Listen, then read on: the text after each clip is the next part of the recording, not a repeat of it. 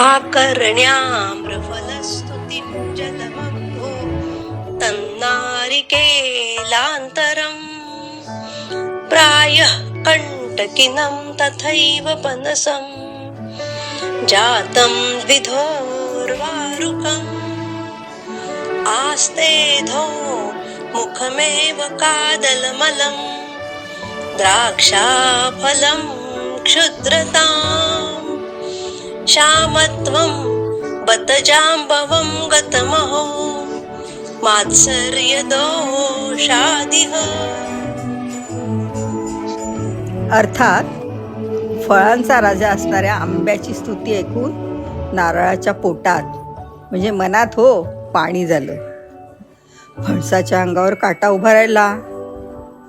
हुमराचं फळ तर फुटलंच. केळानी मान खाली घातली. द्राक्ष काळपट तर पडली आणि लहानही झाली. जांभूळ हेव्यानी जांभळं पडलं. आणि हे सगळं कशामुळे माहिती आहे का? फक्त मत्सरामुळे. तुम्हाला सगळ्यांना आम्र ऋतूच्या खूप शुभेच्छा.